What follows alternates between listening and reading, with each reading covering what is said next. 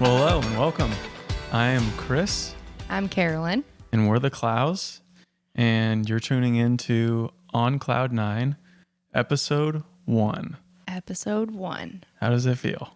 A little weird. I think that's to be expected. Yeah. I'm still getting used to the whole being in front of a camera and having a microphone at my mouth. It's a little weird, but I think you'll get used to it. It just takes some time, just like anything. Yeah. So today, actually, before we get started on our topic today, I do want to say one thing to the world. We just, right before this, we're watching the Little League World Series. Day 1 today, officially. Yeah. And it's the greatest, well, other than March Madness, it's the second greatest sports tournament of the year, bar none. I love the Little League World Series. That's just my hot take for today. Thanks for sharing. Were you nervous? Yeah, I had no idea where you were going with that, honestly. Okay. Well, I just love it. I think it's so fun. Those kids are so talented. It's incredible. And it was kind of my dream growing up to go more than anything. So I'm living vicariously through the kids. And it was fun. We just watched Texas win. So. Texas won. Yep. So hopefully they win the whole thing. That would be cool. That would be cool. So anyways, moving along to our regularly scheduled programming. Today we wanted to talk about adjusting to married life. Yeah. Something that we're actively going through. In the thick of, I think. We're in the thick of it. Yeah. Cause we're, what are we, like 7 Almost months 6 in? months. 6 months in? It'll be 6 months next week. Time flies. Yeah. So almost 6 months in to being married. And it's definitely been quite an adjustment for a multitude of reasons for us, I think. Yeah. So why don't we start out before we talk about actually adjusting for anyone who's new or doesn't know us or is just tuning in because they were searching randomly online and found us and tell our story from the beginning. From the beginning. Yeah. And I guess you should probably do this because you're more of the storyteller. Well, and you know I was in it. You know the beginning of our story better than I do, because you were there. I lived it. Everyone's like, "What are they talking about?" It'll make sense when I explain it. But yeah. Especially I said because I was in it, like you weren't. Yeah. Well, I wasn't in the very beginning. The very beginning. All right. So you were with your mom and your sister on a girls' weekend. Yes, we were. Right before, it was a couple weeks before Christmas. We were supposed to go to one place. Plans changed. Things fell through. So we decided to pivot and go somewhere else for this weekend, closer to home. And we parked the car. We're getting out. We're starting our little shopping journey. And across the street, my sister saw this boutique that had a sweatshirt in the window. And she was like, "No offense, but we're buying you the sweatshirt today." And the sweatshirt said, "Nope, still not married." And it was the perfect sweatshirt to wear for the holidays. So your family just stops asking you about how your love life is going and all those things. And so, of course, I laughed. At that point, I'd been single for a few years. And, my family's always on my case about like, "Oh, you should go on a date. Like, what are you doing?" So I was like, sure, whatever. So we decide we'll make that our last stop of the day. So we go out, we go shopping for a few hours, go to eat, and then we finally make it into the store. My sister takes a picture of me in front of the store before we go in. And then we get inside, we're looking through the clothing racks, and the woman working in the store, says hi, strikes up a conversation, tells me that one color of the sweatshirt would look good with my hair, because at that point I had fire engine red hair. It was super bright. Little Mermaid red. Almost Little Mermaid. That was the next time. So we strike up conversation, and my sister says, she's like, "Yeah, well, this is, kind of her life. We're just getting it for her because we think it would be funny." And, one thing leads to another, and your mom, it ends up being Chris's mom that's working in the store. And she's like, "Oh, well, you're single. How old are you?" And I was like, "I'm 28. And she's like, "Oh, well, my son's 28. And my sister goes, "Do you have a picture of him?" Immediately. So 20 minutes later, our moms are talking to each other inside this boutique and showing each other our Instagrams and Facebooks and whatnot. And so I didn't think anything of it. We left the store, and Chris's mom ended up taking a picture of my Instagram, and a couple days later sent him my Instagram, and then it was game over from there. He sent me a message and slid into the DMs. It went down in the DMs, as did. the cool kids say these sure days. did. Yeah. Well, actually, the cool kids probably don't say that. I had the W Riz. That's what Oh no. That's true. That's what my brother would say. That's what he would tell W you. Riz, which apparently is like wooing the ladies.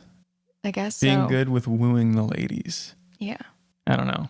So maybe you can tell us, because that lingo is about 10 years ago for us, I think. Yes, definitely. So if you care to explain, just leave a comment on one of our social medias and let us know. But yeah, so he sent me a message on Instagram a couple days later, and I think you requested to follow me first before you sent me a message, because my her profile's private, which is a tough one, right, guys? You're like, your mom sends you this girl's profile and you want to scope her out before you message her, right? Because I mean, you got to be picky with who you send messages to.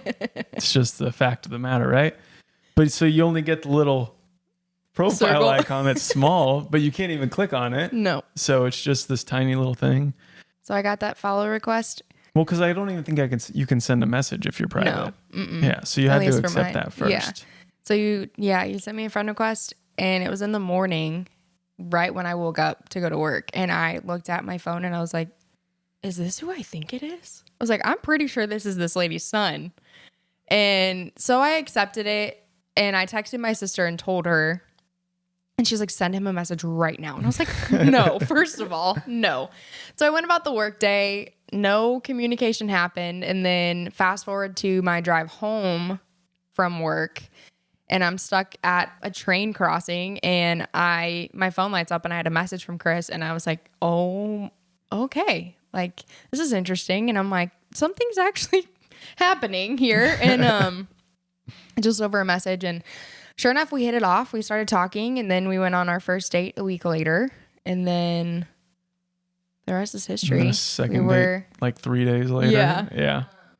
Yeah. And then we started dating officially end of December, beginning of January. And then we were engaged in September, 9 months after we started later, dating. Yeah. Yeah. Yeah, it was very quick, for sure. Yeah. But I mean, I think that was part of us just being intentional with what we wanted. Very much so. From the beginning. And with us being in our late 20s too. I mean, we were intentional in the aspect of we're dating to find a spouse. And very clear with that. But yeah, I mean, us being in our late 20s too, we're not messing around. We don't need to waste time dating for 3 years and trying to figure it out. Because at that point, you should have a good idea. If you're dating for 3 years and you're not engaged, you either need to like put a ring on it or break it off. And that'll probably rub some friends listening the wrong way, possibly. So sorry if that's you. We say that with love, but it is the truth. If you're dating for years and you're in a spot where you can afford to get married, or you're dating but you're pretending to be married, right? Realistically, you should already be married at that point. Like if you can make a decision to live with the person that you're dating as an adult or whatever the case may be, like you can make the decision to marry them at that point. Because I feel like if you move in, you play married, you date for 3 years, and then you break up, it's like you just wasted all of that time when you could have been so much more intentional with your time, but also the other person's time of who you're dating. Agreed. Because then you're just starting over from scratch, and saves yourself the heartbreak as well. Sure. Too. So. Yeah, I mean, we did things like very traditional as well. Mm-hmm. We didn't live together before we got married. Yeah. We made it a point to not live together. In fact, your lease for your apartment expired on our wedding day. Yes. Which was just happenstance.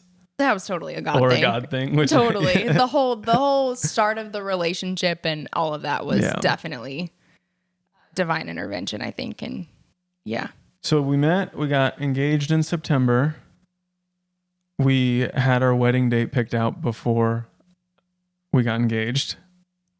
We did. A lot of people don't know that, but we did. We had already at that point had the conversation of, you are the person that I want to marry. You're the person I want to spend the rest of my life with. And so just because we were excited, we started looking at venues and just kind of getting an idea of like what the other person liked, because we knew engagement and marriage was the next step. And well, when we knew we didn't want, even before we got engaged, we never wanted a long engagement. Correct. We didn't want it to be years. Yeah. Because we wanted to live together. Yeah. Well, multiple reasons, but yeah. That was definitely a big one. The biggest thing. And so we started looking, and we both found our venue that we ended up getting married at, and we're like, oh my gosh, this is so cool. Like, this is definitely where we want to get married. And I had mentioned it to my sister, and so she played wedding planner for me and called the venue just to see what their availability was. And they had our wedding date, which was February 24th. And then the next available date on a Friday or Saturday was like August. Yeah, I think it was August. At that point. And so, you know, we had the conversation, and I mentioned it to my parents, not realizing that Chris had actually already talked to my dad. Mm-hmm. Had you talked to my dad? Or you were about to? I talked to him before you booked the venue. Before your mom booked the venue. So Chris had already talked to my dad. Terrifying, by the way. And I didn't know it, but I just mentioned it to them. I'm like, I would like to marry Chris. So I'm just going to throw this out there. We really like this venue, but here's the availability. And I'd rather get married in February than in August in the dead heat of the summer. And praise God, we were not planning a wedding for this month with how hot it's been. Oh my gosh. Can you imagine? Yeah. So they ended up booking the venue, but everything was really a surprise. And then we got engaged about 3 weeks later. Sure. Yeah. I don't remember when we somewhere booked. Around there, from when they put the timeline together, but at Wrigley Field. Right in front of the marquee. One of my favorite places in the world. Go Cubs, go. Shout out Cubbies. I'll be a Cubs fan for a day. Well, you married a Cubs fan, so. Yeah. I'm a Braves fan. You're a Cubs fan, which is fine. I'll pull for the Cubs. The problem is that they're both in the National League. Correct. I wish we were in different leagues. It would be much easier. Yeah. Especially with the way the Cubs are looking. I mean, it's... we could have a postseason battle. We might be a house divided come later this fall. Yeah. Just for a weekend or so. Well, it depends if it's 5 or 7 games. I mean, that's a full week. That's true. A full series. Yeah. So. But yeah. Anyway, so that's kind of our story from beginning to end in super speed. Yes. With a whole lot of fun in between. But today we're talking about adjusting to married life. Adjusting. Yes. The keyword being adjusting. Yeah. I mean, not just married life, but I mean, yeah, it's a constant adjustment. So let's start out with just living together or living with somebody of the opposite sex. Yes. What about it? Well, what's unique or interesting, or what didn't you expect, or what caught you off your toes? Caught me off my toes. Or what's the most annoying thing that I do? You've never heard caught you off your toes? No. I've heard caught you off guard, but not caught you off your toes. It's like the opposite of keep you on your toes. Maybe funny. That's not a real thing. Maybe I just made that up. It's a Chris original. Maybe. Caught you off your toes. See, this is the one part about married life that I do enjoy, is that we come up with random things, or you learn something new every day. So that is nice. Clowisms. That's good. Or the Carolinisms. We got a lot of those. We do. You'll understand more once you get to know the kind of person I am, my personality. She'll pop one out at some point during a podcast I just episode. say the darndest things. I think the biggest adjustment, truthfully, was learning how you are, like, when I'm not around. Like, when you're dating, where you weren't together 24/7. I mean, we did spend a lot of time together, but there's still a lot of those moments where, like, I'd be at my apartment or I'd be out somewhere and you were by yourself here, just two different locations, and how you are, like, in your personal downtime of, you know, just whatever you choose to do with your day. If you're where you decide to work on a project because you want to keep busy, or you lay on the couch, like, whatever it is. I think learning that of, like, how you like to enjoy, like, your off time, so to speak, and kind of navigating, okay, I don't want to, like, be in your way, but I also, like, want to be around you. So I think that's an adjustment. And then I am a little bit more of a cluttered person than Chris is. And so I have gotten so much better since we've been married, but I have my moments. I a little bit might be like a gremlin when it comes to my nightstand. Chris has like 2 things on his nightstand at all times, max. That's it, unless we're going to bed. I have at least 2-3 cups on my nightstand at all times with like my Bible, my devotional, my journal, a couple pens. Push pins. Just random stuff. It's just, that's like the catch-all basically.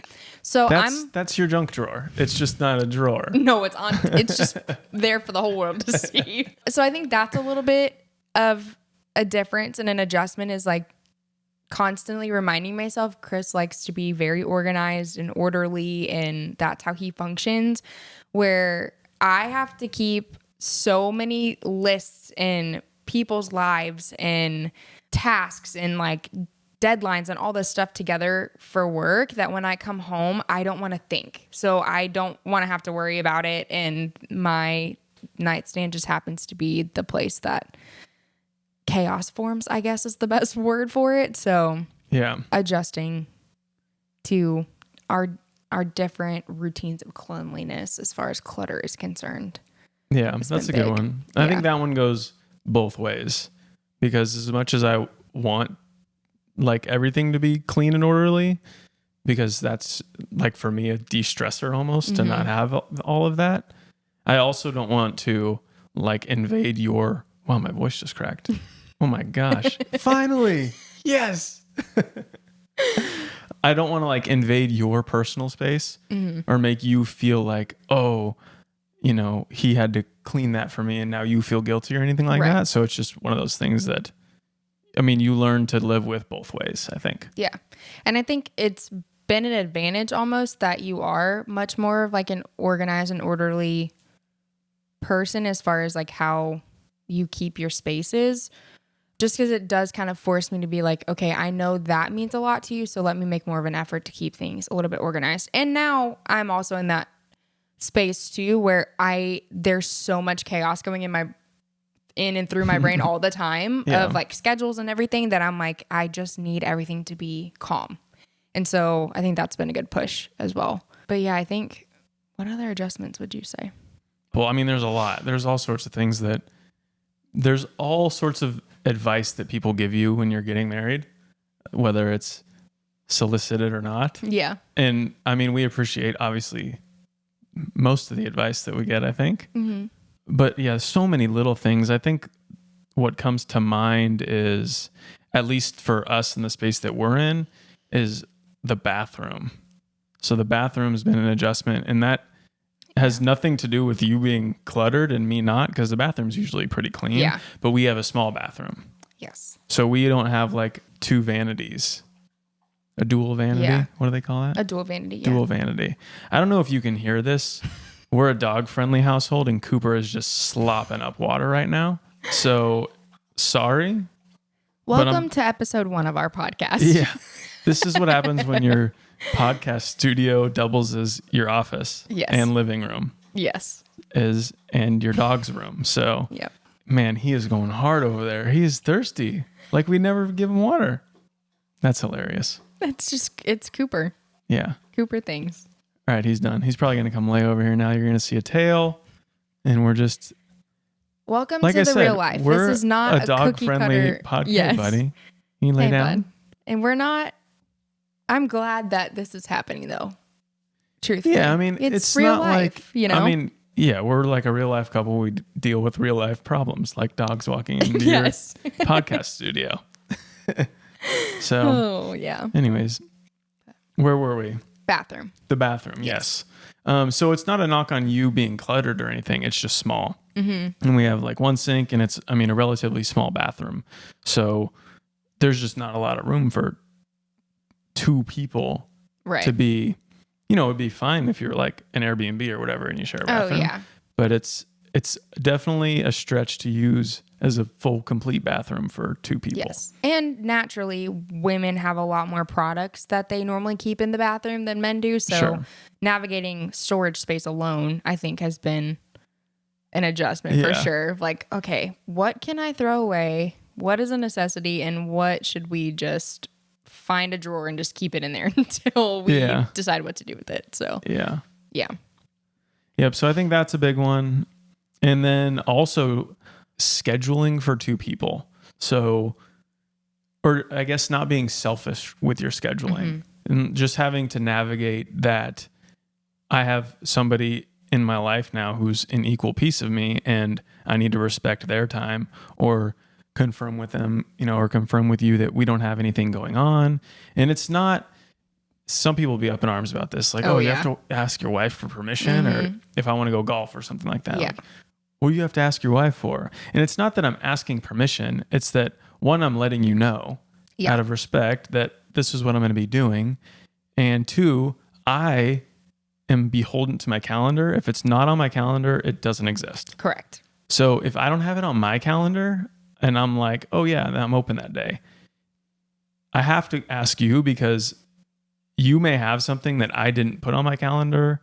And if I didn't put it on my calendar, guaranteed I forgot it. Yeah. Like I said, I have to be beholden to my calendar because I just forget things. I have a lot going on. Everyone does. Right. I'm not trying to act like I'm busier than everyone else because I'm definitely not. But if it's not there, that's just how I remember things. Right. Is using a digital calendar.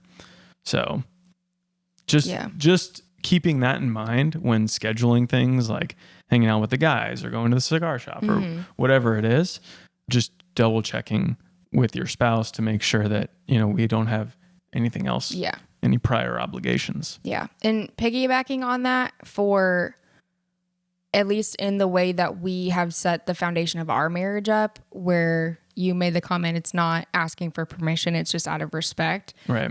The same thing goes for me when I make plans to go have coffee with a friend or to go get my nails done or whatever I decide to go do. And I check with Chris. It's not me asking him permission. I'm like, oh, I think I'm going to go get coffee with somebody. Like, is that okay? I'm not asking if he's okay with me going to get coffee. I'm just asking out of respect for him in case like there's something that he planned for us to go do that we just haven't had the chance to talk about yet. And I think that falls into like wives submitting to your husbands out of respect for you being the leader of our like household. And that's the same kind of thing. It's just out of respect for you being my husband. I want to make sure there's not something going on. But it's not in any way me being a grown woman asking my husband for permission to go do things or spend money. Like that's not the dynamic whatsoever. Right. Yeah. Yeah. I think in today's day and age, a lot of that gets twisted. Very where much it's like, so. like you have to be a strong, independent woman and you don't need to ask a man for anything. And it has nothing to do with you not being a strong, independent woman. It has to do with like, we're a team and we do things together and we talk about things together for a reason. Yes. I'm a strong, independent woman, but I like having somebody to do life with. Yeah. For sure. I don't want to do it by myself. I can't do it by myself. I've already tried that. It doesn't work. So yeah. Yeah. Yeah. Well, that's a good segue into how we divide up like household chores and things. Yeah. Like household tasks that are, my parents call them blue and pink jobs. Interesting. Which is funny. That's like their dynamic. That's not like our dynamic typically. So blue and pink job would be like a male or female job or husband or wife job. And I guess in a ultra traditional role, it would be the man goes to work and does things around the house like mows the lawn, fixes the cars, and does the house maintenance and barbecues. Dads cook outside and moms cook inside. I'm making this seem like my parents have an ultra conservative like relationship like that. And they don't. That's not how it is. Yeah. But that's the blue and pink job thing is just what they called them. And I'm not calling them out in any way for that. Yeah. But I think that a lot of the dynamics get looked down upon like in a conservative like Christian household like that, where it's the men do this and the women do this. We don't really do that. No. We kind of split up everything. We both do our own laundry, but you'll do my laundry or I'll do your laundry. Yeah. It's more like this task has to get done. And if I have time, I'll do it. And if you have time, you'll do it. I would love to go to work and have you be a stay-at-home wife and cook and clean and raise the kids when we have them. But that's just not the dynamic we have at this point. And maybe it will be in the future. But I just don't see the benefit of like, oh, the woman has to clean. Like the woman has to do the dishes. The woman has to clean the house. I'm bringing in a paycheck and you're bringing in a paycheck and you work as much as I do. Mm-hmm. So why should it be expected that you have to work 40 hours a week and also clean the house? And then what do? I just change the oil every 3 months, which I do, but and I commute to and from, and you work from home too. So there's that other like, oh yeah, you can commute and then you can come home and cook me dinner. And we do not have that. Yeah. Your 8 or 9 hour workday is like 10 and a half hours by the time you commute. And again, we're not saying this to be like, you have an incredibly hard work schedule that you work more than anybody and you work 80 hours or nothing like that. But it would just be unfair to expect you to do work and bring home an income and also ask you to do all of the traditional womanly roles of the house. I think that'd be silly. I agree.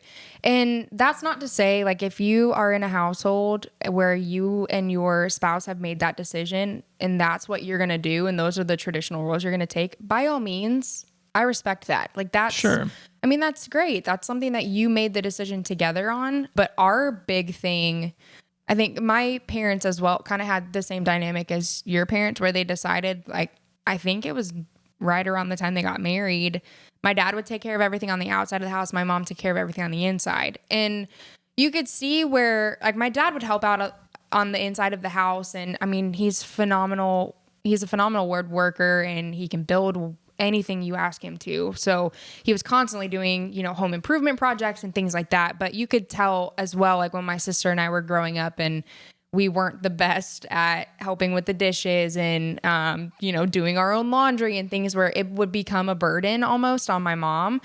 And so that was when we talked about it during premarital counseling and we decided to change that dynamic. And my biggest thing is if both of you can occupy the space, both of you are responsible for cleaning it.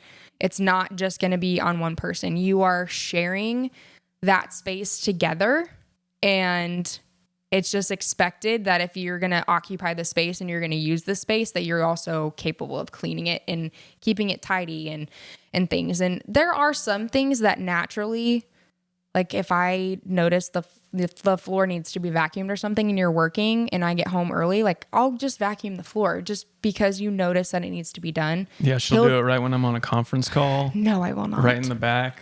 No, I'm just kidding. No, I will not. He's being dramatic. So yeah, I appreciate our dynamic and I know it will change. I mean, we don't know what the future of our family holds or anything like that. But the one thing I do like the most about the way we've kind of divvied things up is that we still cook dinner together. With the exception, every once in a while we won't. And that's just because like you would go to band practice or something and I'd be at home, or vice versa. Like if I ended up working late, like he would cook dinner and it would be ready when I got home just because I was coming home, around 6:30, 7 o'clock. So, but that's one thing I really do like is that we cook together and then we clean up together. It's not just one person is cooking and cleaning. And there are some times where one person will clean up, but that's just because we've got something going on to where the other person needs to go take care of whatever it is. So, but that is one thing that I appreciate about what we decided is just if we're both going to occupy the space and live here, we're both going to clean it and tackle it together. It's not just one person. Yeah, agreed. Yeah, I think we could do a whole episode just on eating dinner together or cooking and eating and why that's been beneficial for us. Yeah. Because I really do enjoy that. I enjoy cooking anyways, in general. Same. So doing it together has been awesome. Yeah. So tasking out like household chores more than deciding like this is going to be what you do and this is going to be what I do. I think what I would recommend to anybody is just make sure that you talk about it like before you get married, because you don't want to go into a marriage and living together with two like you expecting what we have now and me expecting something totally different, or you thinking that I'm going to do something and me thinking that you're going to do that thing. And now we're married and we're living together and it turns into a big fight. Right. Where I think it's beneficial to just talk about it before you live together. And then, and you're going into it with the same expectations for chores around the house, essentially. Yeah. I think because even when you grow up, you have chores. Yeah. And I think those unspoken expectations too are what really cause resentment to brew, or, you're kind of like walking on eggshells and things like that because you haven't talked about it. So you're carrying this like anger and irritation at the situation or at your spouse, right? Because you were expecting them to do something that you never even talked about. They can't read your mind. And so, yeah, I think that that causes a lot of issues a lot of times. Right. So yeah, it's been a great thing for us to just kind of eradicate that altogether so we don't have that issue. Yeah. Yeah. I like it a lot. I agree. What's next? I think we had 3 topics. Roles in marriage. Oh, our marriage roles. Yeah. Yes. So we had household chores and then marriage roles, which I guess we kind of touched on with the household thing. That's somewhere where, as far as some roles, that we are more traditional. Like, for example, I would consider myself the spiritual leader of the house. Yes. So deciding things like if we're going to go to church, generally, I feel like I push that. And if I get lazy about it, luckily you do enjoy going to church. Yeah. So that works. I think we both have a strong yearning for Jesus, yes, which has been paramount in our relationship because we have always put him first. But being the spiritual leader of the house, for me, is just how it goes. Yeah. And that's one, I guess, blue job that just is. Yeah. But we also, because we each individually have a relationship with Jesus, and that was the foundation of our lives before we knew each other, we knew how important it was to have a marriage that was based on God's truth and on the Bible. And that's what Jesus calls husbands to be, as a spiritual leader of the household. And so that was something for me that was so easy to be like, yes, absolutely. Like, I want you to lead our marriage and our family one day, and be that stronghold of, this is what we're going to do, and we're going to follow what scripture says. And that's not to say that, like you said, sometimes if you're like, oh no, like maybe we'll just watch online, and I'm like, I want to go to church. I do not expect Chris to fulfill every need and desire and want that I have, because he was not created to do that. Only Jesus was.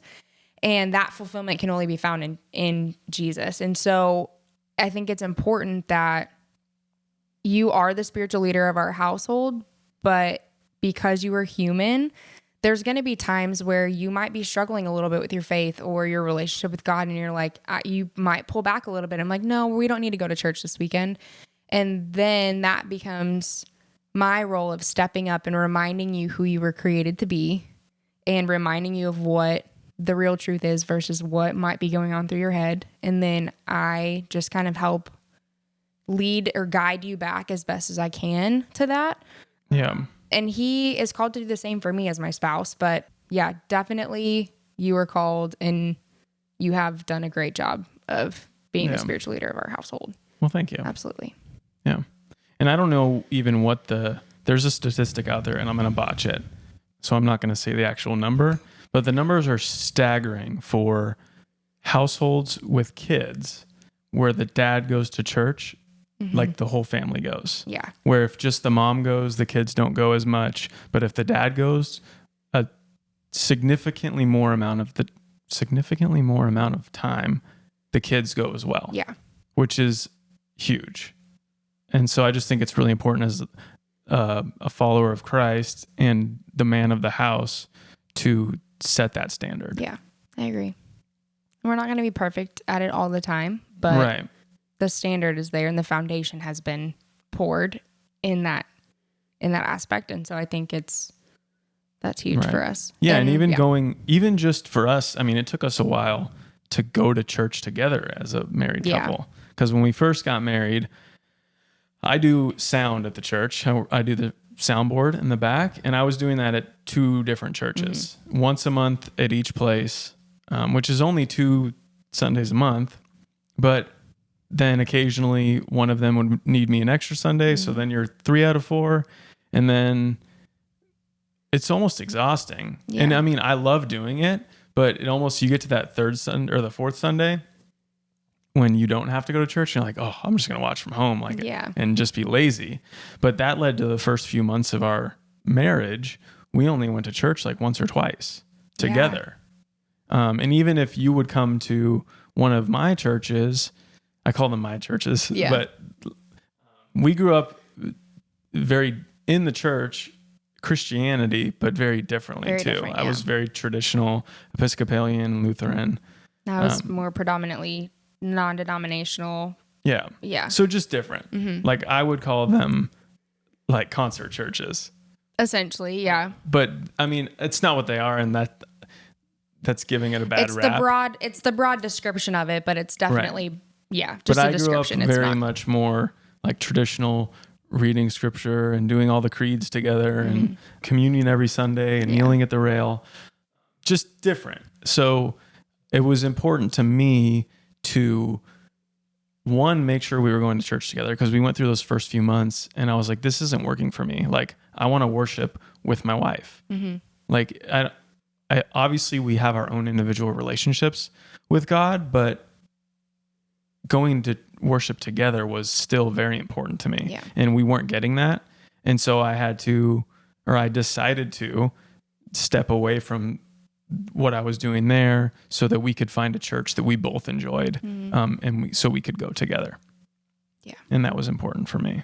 And I know that was a big sacrifice for you too, because you've been doing it for so long and, those were your people, but it's something I definitely still, and I know I say it, but probably not as much as I should, but that meant a lot to me, because it was very hard for me some weekends where I'm at church by myself, and or like you were saying, the weekends that I would go to whatever church you were running sound for, I was still sitting by myself. We couldn't sit together because he was working during the service. And so I think because I had spent so much time in the years prior to us getting together, going to church by myself and not having somebody with me all the time, and like getting to experience that, it was hard for me to be in marriage and still not doing that, to where I'm like, my husband is here, but he's not here and next to me and things. And so that was a big adjustment as well. But I know that was a sacrifice for you. And I know you kind of got to the point where you're feeling a little bit burnt out. And, I appreciate you doing that to be able to go to church with me. I think it changed a lot of the dynamic of how Sundays were for me when we started going to church together again. Yeah. Or Saturdays. Or Saturdays. We do Saturday night church is service. Awesome. Yeah. I really do enjoy Saturday night. Yeah. And during football season, it's going to be awesome. Priorities, right? Yeah. So we did find a church that we do both like. Really like it. And luckily we have some friends that go there too, which is cool. Yeah. And actually, I don't even know that we knew our friends went there when we tried it out. We didn't. We had been going there for about a month or 2 before we found out they were there. We're like, oh, hey, you go there too? Yeah. So super cool church, and a church that's going through a lot of growth right now. Mm-hmm. I mean, just opened up a new addition, a huge kids center, which is awesome. Yeah. I mean, like I've always heard, a church without kids is a dying church. Yes. Because you have to raise up the next generation in the faith, or else who's going to pay the bills? Exactly. Totally. So that who's going to, and who else is going to talk to other people about Jesus who don't know him? Right. Yeah. So opening up an addition where you can just bring more and more people into the faith and more kids, I think is awesome. There's no shortage of the next generation on fire for Jesus in that church, which is the coolest. It's so cool to see all the videos of those kids. Yeah. I mean, it gives me goosebumps every time, because I mean, and I don't know if this is probably something we've never really talked about. Like for me, going to those camps in church growing up and just feeling God in those places and being touched, like, was so moving. Mm-hmm. And so seeing the videos of those kids doing that as well, and totally different way than I did it, but the same outcome is just so cool to watch. It gives me goosebumps every time. Yeah. I love it. I love it too. It's awesome. Yeah. So. I really like it. And it's a growing church. This was a conversation and an adjustment that I don't know if you'd call it an adjustment, but a conversation that needed to be had because we were raised so differently when it came to church. But I remember we had gone to that Christmas concert, and it was at a massive church, like overwhelmingly large. And that is not what I'm looking for. That's not what he's looking for. And so, of course, naturally, we end up at a pretty big church that we really liked. But I appreciate the fact that it's a bigger church, but it feels like you're walking into like a small community. Yeah. And I love the fact that they are so diligent about that, of really finding small groups, getting connected, building your family there and things. So it's a big building, but and there's a lot of people in there, but it doesn't feel like that. Yeah. And I really appreciate that. Yeah. I don't feel like we're just walking in and we're just somebody else. No, you're not just lost in the mob there. You're like, you can't walk in without somebody saying hi to multiple people saying hi to you. You are seen, and not just physically. I see you sitting there. Like, people recognize that you are there, and they recognize if you've been there a few times, and they want to be intentional with saying, like, we are so genuinely so glad that you were here. What can we do to get you connected? And there's the high five for Jesus guy. Oh my gosh, I love him. Lot. He's awesome. Yeah, he's cool. They had the story of a baptism a few weeks ago where someone who didn't know Christ came in for the first time, and he said that was like a monumental moment for him, was a high five for Jesus. Yeah. That was so cool. That was really cool. We could talk about church forever too. I know, we love it. And we know that it's not everyone's decision, but I mean, at least for us, it's nice to be able to just have an open conversation about it. We are not perfect by any means. There's a lot that, I'm like, I want to do this right, and I want to, live according to scripture, and I want to be, the right Christian, but nobody, you're not perfect. You were not created to be. And I think that's the beauty of it. And being able to only one. Only one. So yeah, it's nice to just be able to talk about it and be open about it and grow and just have that conversation. And yeah, that's something that, and I mean, talking about this may turn some people off, which is totally fine for me. We talked about before when we were just talking about possibly doing a podcast, what, we wanted to talk about, and one of the things that we wanted to be was just genuine with who we are and authentic. And that's something that's very near and dear to us. And if it's not for you, that's fine. I would pressure you to come and see what it's all about. Yeah. I don't have all the answers, and I know you don't have all the answers either. But it's not something that we're going to shy away from speaking about. I mean, we're not going to shove it down your throat or anything like that. But it's something that, I mean, if you're lost and struggling or in pain, like, it's definitely something I would consider will change your life. Yeah. And that's undeniable. That, and it's us speaking from experience too. At least for me. I mean, there's been a lot of times where I struggled with anxiety and, waves of depression and things like that, where it's like, I had nothing left to give. I was at the end of myself and just feeling totally lost and totally broken. And then it's like, he meets you right where you're at. And when you experience that joy and that freedom that you can only come from God and come from, a relationship with Jesus, it's like, why not? Why would I not want to tell everybody about it? Right. But we are very much the kind of people, like Chris said, we're not going to shove it down your throat. We're going to just live it out and hope that we can at least be an example and be open about our testimony and our story. But we're not going to say, you have to do this. I'm not going to force you to, because that's not going to do anything. And it's just wanting to share that joy and like the freedom that you can't get anywhere else. And it's awesome. Agreed. So, agreed. Yeah. Shout out God. Yes, I agree. So, all right. Do we have anything else for our adjusting to marriage topic? I don't think so. All right. Should we wrap up? I think so. Okay. You want to read it or you want me to? I think it's your turn for the connection My card. turn. Okay. So if you didn't watch episode 0, Yes. which was just our good grief, I'm having a tough time speaking. It was just our introductory episode about what we were planning on doing and who we were.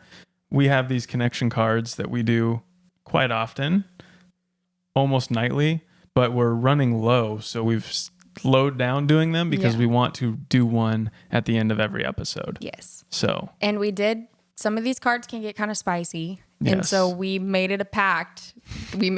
Chris made the decision and I just followed it, that we have to answer the card no matter what the question is. So Mom and Dad, I am sorry if... Sorry, Grandma. Yeah. Anyway, we're married. It's fine. You ready? I'm ready. Okay. What is something about me that you were originally unsure about, but now love? Interesting. Originally unsure about, but now love. This is going to be a thinker. We might have to pause this video. Oh, I have an answer. Okay, you should go. You like floppy bacon. Oh, my red flag. That's his only red flag. Guys, he doesn't like crispy bacon. It's like, it has a flop to it. That's how he prefers it. And that was a red flag for me.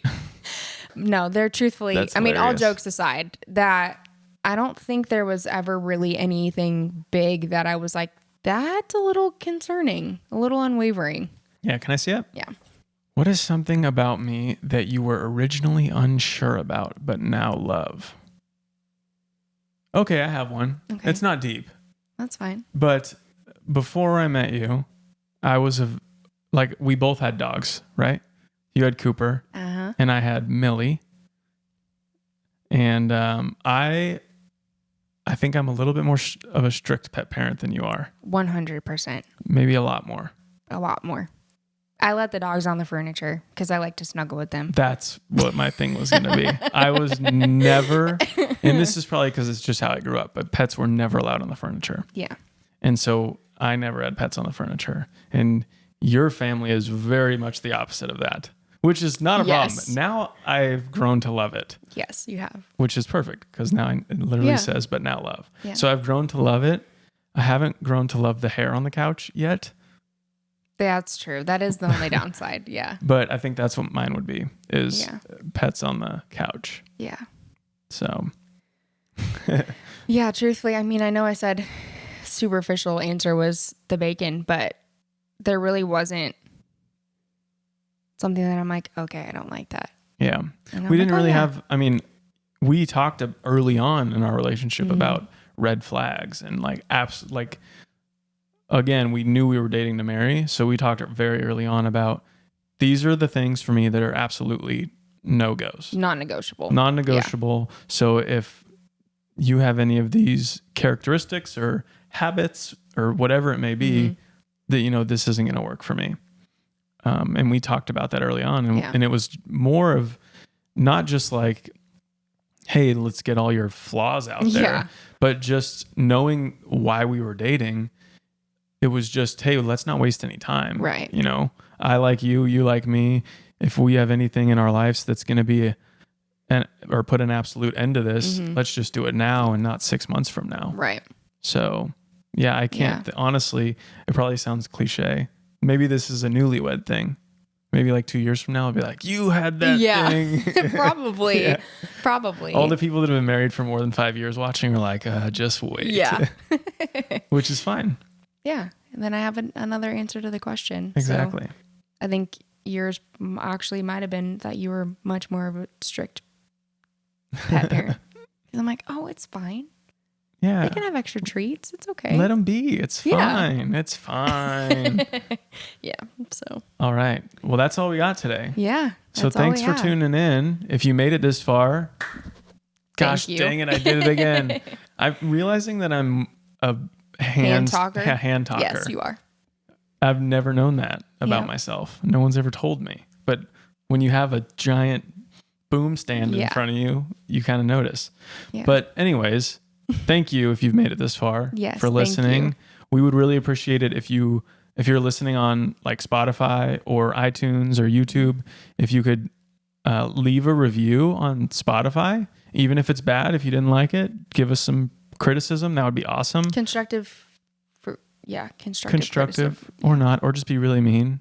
I mean, I won't care. That's fine. But no, seriously, if you would leave a review and follow us, I mean, it literally just takes a tap. That would mean a lot to us, just so we can kind of gauge, if there's any interest in this. And like we also talked about early on, we're not in this to get famous or to gain notoriety or anything like that. But, if we can just help some people who are struggling with relationships or just have questions or just curious or just want to hear us rumble on for an hour, or I don't even know how long we've been going, but if you could just give us a follow and give us a review, that would be awesome. You can find us on pretty much anywhere you consume podcasts. We're also on YouTube, Facebook, Instagram, and they're all on Cloud9 spelled out like our last name, Clowed, not like the cloud, like an actual cloud. Yes. So that's all we got. Thanks for tuning in. See you next Tuesday. I forgot our outro. Nice. I'm glad you got it. See you next Tuesday. Yes. You can do it again because I totally cut you off. See you next Tuesday.